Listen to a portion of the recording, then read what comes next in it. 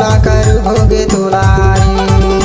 बारी के तीर महे करवनार बेला आज मोर चोला कर भोगे तुलारी। ये दाऊ ये रे आज मोर चोला कर भोगे तुलारी।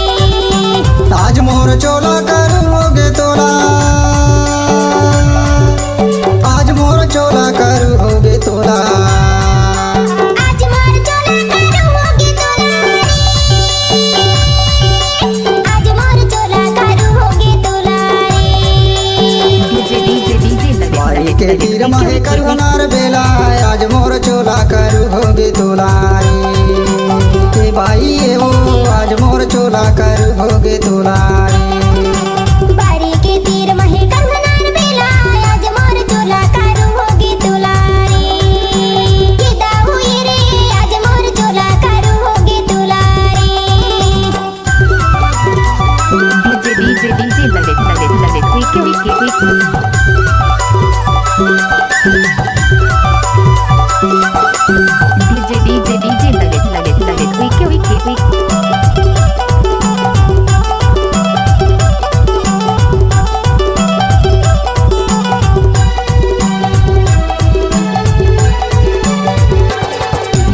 छानी मा कुमड़ फरे बारी मा खीरा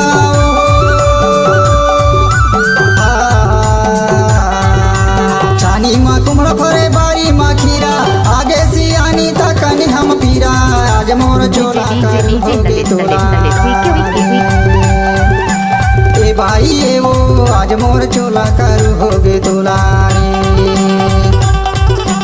बारी के तीर महे करवनार बेला आज मोर चोला कर भोगे तुलारी।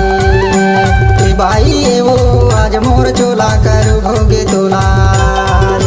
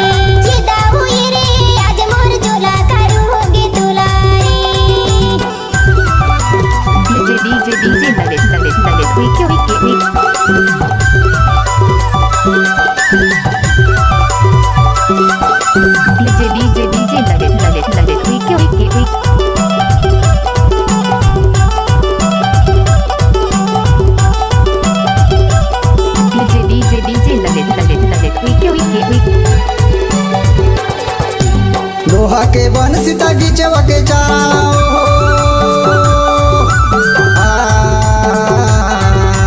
लोहा के बन सीता गिचवा के चारा अकर बकर हो गए ककरा बिचारा आज मोर चोला कर भोगे तुलारी। ए भाई ए वो आज मोर चोला कर भोगे तुलारी। बारी के तीर महे करवनार बेला आज मोर चोला कर भोगे तुलारी। ए भाई ए वो आज मोर चोला कर भोगे तुलारी। आज मोर चोला कर भोगे तुलारी। आज मोर चोला कर भोगे तुलारी। बारी के तीर महे करवनार बेला आज मोर चोला कर भोगे तुलारी।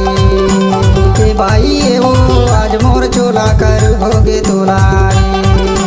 बारी के तीर महे करवनार बेला आज मोर चोला कर भोगे तुलारी। ये दाऊ ये रे आज मोर चोला कर भोगे तुलारी। ए भाई ए वो आज मोर चोला कर भोगे तुलारी। ये दाऊ ये रे आज मोर चोला कर भोगे तुलारी। ए भाई